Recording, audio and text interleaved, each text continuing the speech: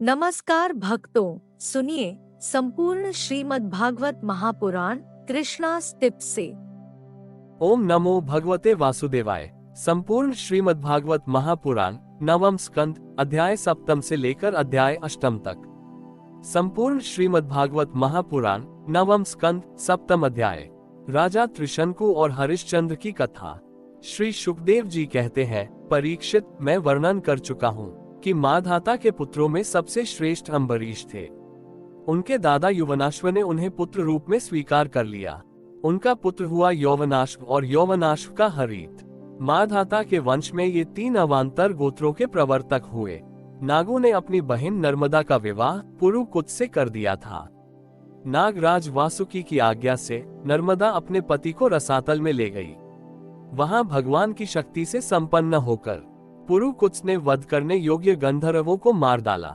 इस पर नागराज ने प्रसन्न होकर पुरुकुत्स को वर दिया कि जो इस प्रसन्न का स्मरण करेगा वो सर्पों से निर्भय हो जाएगा। राजा पुरुकुत्स का पुत्र त्रसदस्यु था। उसके पुत्र हुए अनरण्य, अनरण्य के हर्यश, उसके अरुण और अरुण के त्रिबंधन हुए। त्रिबंधन के पुत्र सत्यव्रत हुए। यही सत्यव्रत त्रिशंकु के नाम से विख्यात हुए। यद्यपि त्रिशंकु अपने पिता और गुरु के शाप से चांडाल हो गए थे, परंतु विश्वामित्र जी के प्रभाव से वे सशरीर स्वर्ग में चले गए। देवताओं ने उन्हें वहां से धकेल दिया और वे नीचे को सिर किए हुए गिर पड़े, परंतु विश्वामित्र जी ने अपने तपोबल से उन्हें आकाश में ही स्थिर आकार दिया। वे अब भी आकाश में लटके हुए दिखते हैं। त्रिशंकु के पुत्र थे हरिश्चंद्र। उनके लिए विश्वामित्र और वशिष्ठ एक दूसरे को शाप देकर पक्षी हो गए और बहुत वर्षों तक लड़ते रहे। हरिश्चंद्र के कोई संतान न थी, इससे वे बहुत उदास रहा करते थे। नारद के उपदेश से वे वरुण देवता की शरण में गए और उनसे प्रार्थना की कि प्रभु, मुझे पुत्र प्राप्त हो। महाराज, यदि मेरे वीर पुत्र होगा तो मैं उसी से आपका यजन करूंगा। वरुण ने कहा, ठीक है। तब वरुण की कृपा से हरिश्चंद्र के रोहित नाम का पुत्र हुआ। पुत्र होते ही वरुण ने आकर कहा, हरिश्चंद्र, तुम्हें पुत्र प्राप्त हो गया। अब इसके द्वारा मेरा यज्ञ करो। हरिश्चंद्र ने कहा, जब आपका ये यज्ञ पशु रोहित 10 दिन से अधिक का हो जाएगा तब यज्ञ के योग्य होगा। 10 दिन बीतने पर वरुण ने आकर फिर कहा, अब मेरा यज्ञ करो। हरिश्चंद्र ने कहा, जब आपके यज्ञ पशु के मुंह में दांत निकल आएंगे तब वह यज्ञ के योग्य होगा। दांत उगाने पर वरुण ने कहा, अब इसके दांत निकल आए, मेरा यज्ञ करो। हरिश्चंद्र ने कहा, जब इसके दूध के दांत गिर जाएंगे तब ये यज्ञ के योग्य होगा। दूध के दांत गिर जाने पर वरुण ने कहा, अब इस यज्ञ पशु के दांत गिर गए, मेरा यज्ञ करो। हरिश्चंद्र ने कहा, जब इसके दोबारा दांत आ जाएंगे तब ये पशु यज्ञ के योग्य हो जाएगा। दांतों के फिर उगाने पर वरुण ने कहा, अब मेरा यज्ञ करो। हरिश्चंद्र ने कहा, वरुण जी महाराज, क्षत्रिय पशु तब यज्ञ के योग्य होता है जब वो कवच धारण करने लगे।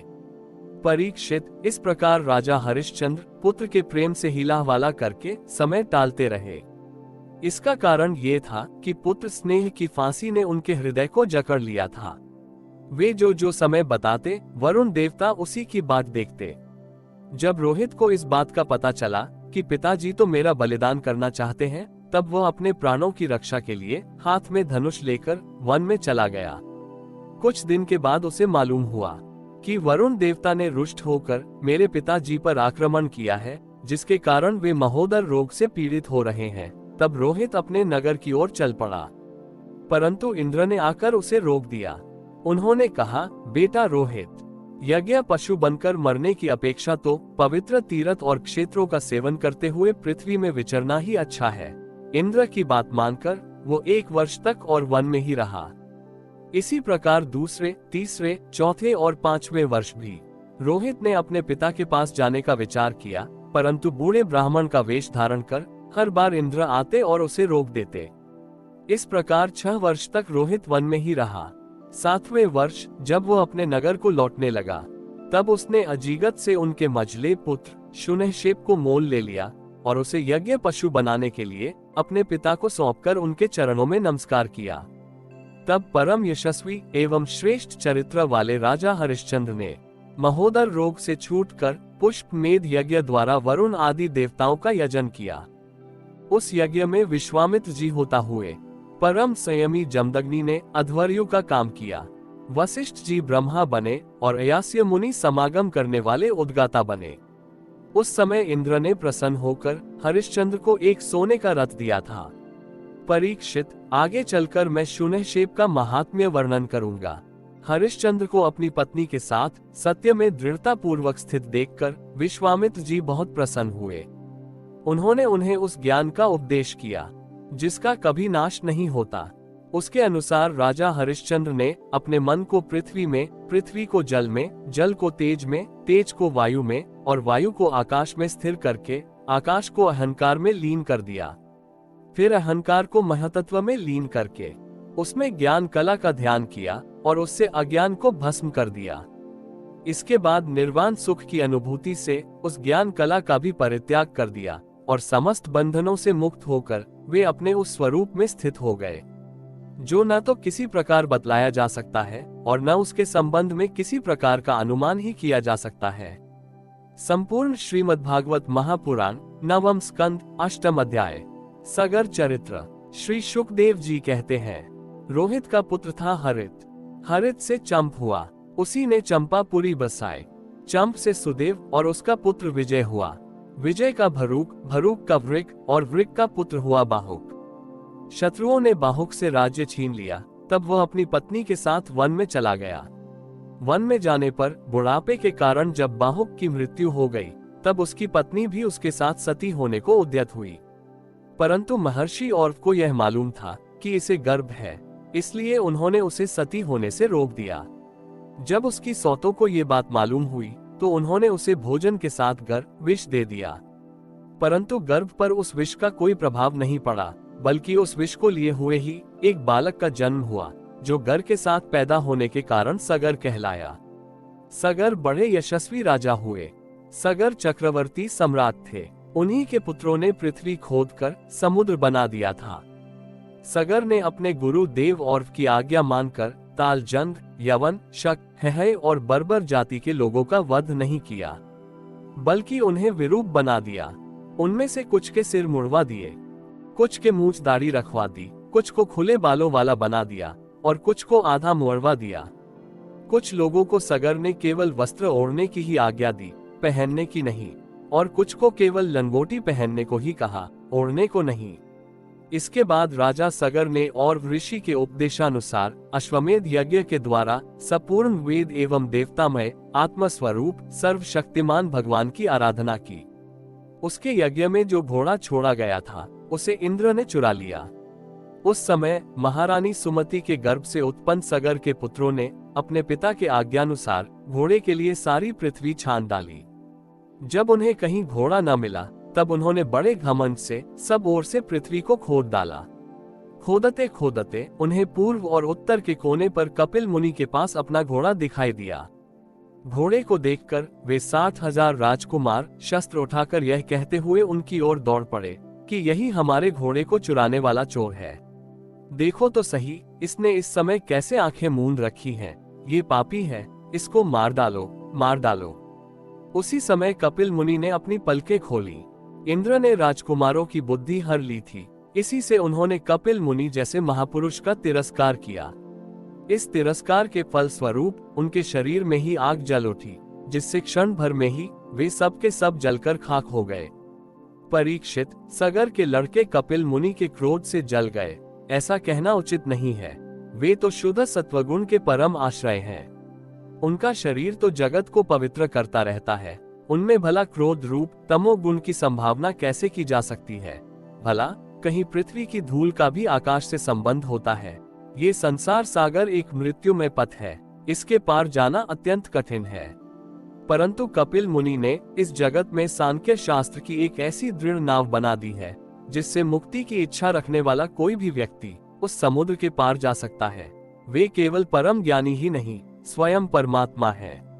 उनमें भला ये शत्रु है और यह मित्र, इस प्रकार की भेद बुद्धि कैसे हो सकती है। सगर की दूसरी पत्नी का नाम था केशिनी। उसके गर्भ से उन्हें असमंजस नाम का पुत्र हुआ था।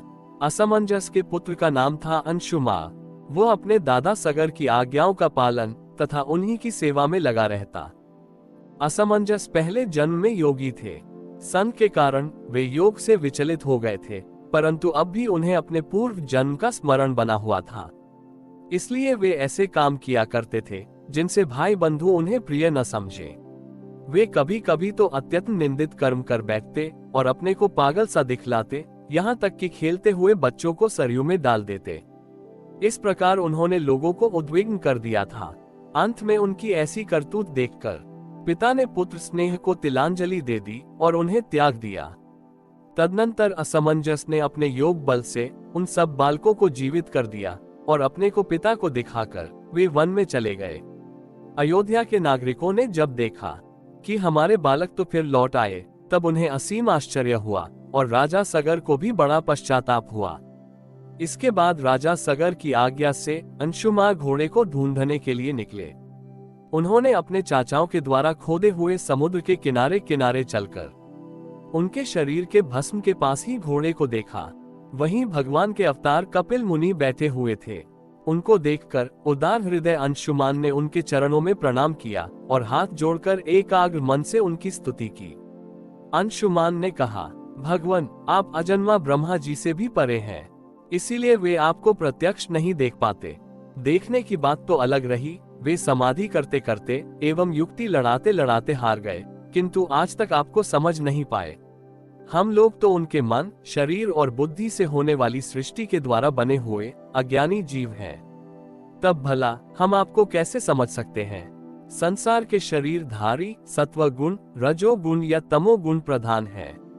वे जागृत और स्वप्न अवस्थाओं में केवल गुणमय पदार्थों, विषयों को और सुषुप्ति अवस्था में केवल अज्ञान ही अज्ञान देखते हैं। इसका कारण ये है कि वे आपकी माया से मोहित हो रहे हैं।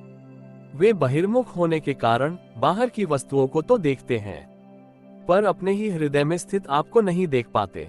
आप एक रस ज्ञान घन हैं। सनंदन आदि मुनि जो आत्म स्वरूप के अनुभव से माया के गुणों के द्वारा होने वाले भेदभाव को और उसके कारण अज्ञान को नष्ट कर चुके हैं, आपका निरंतर चिंतन करते रहते हैं। माया के गुणों में ही भूला हुआ मैं मूढ़ किस प्रकार आपका चिंतन करूं? माया, उसके गुण और गुणों के कारण होने वाले कर्म एवं कर्मों के संस्कार से बना हुआ लिंग शरीर आप में है ही नहीं। न तो आपका नाम है और न तो रूप, आप में न कार्य है और न तो कारण। आप सनातन आत्मा हैं। ज्ञान का उपदेश करने के लिए ही आपने ये शरीर धारण कर रखा है। हम आपको नमस्कार करते हैं। प्रभु, ये संसार आपकी माया की करामात है। इसको सत्य समझकर काम, लोभ, ईर्ष्या और मोह से लोगों का चित्त शरीर तथा घर आदि में भटकने लगता है। लोग इसी के चक्कर में फंसे जाते हैं। समस्त प्राणियों के आत्मा प्रभु, आज आपके दर्शन से मेरे मोह की वह दृढ़ फांसी कट गई जो कामना, कर्म और इंद्रियों को जीवन दान देती है। श्री सुखदेव जी कहते हैं, परीक्षित, जब अंशुमान ने भगवान कपिल मुनि के प्रभाव का इस प्रकार गान किया, तब उन्होंने मन ही मन अंशुमान पर बड़ा अनुग्रह किया और कहा। श्री भगवान ने कहा, बेटा, ये घोड़ा तुम्हारे पितामह का यज्ञ पशु है, इसे तुम ले जाओ। तुम्हारे जले हुए चाचाओं का उद्धार केवल गंगा जल से होगा और कोई उपाय नहीं है। अंशुमान ने बड़ी नम्रता से उन्हें प्रसन्न करके उनकी परिक्रमा की और वे घोड़े को ले आए। सगर ने उस यज्ञ पशु के द्वारा यज्ञ की शेष क्रिया समाप्त की। तब राजा सगर ने अंशुमान को राज्य का भार सौंप दिया और वे स्वयं विषयों से निष्प्रह एवं बंधन मुक्त हो गए। उन्होंने महर्षि और के बतलाए हुए मार्ग से परम पद की प्राप्ति की। हरि ओम तत्सत। इति श्रीमद्भागवत महापुराण नवम स्कंद अध्याय 7 से लेकर अध्याय 8 तक संपूर्ण।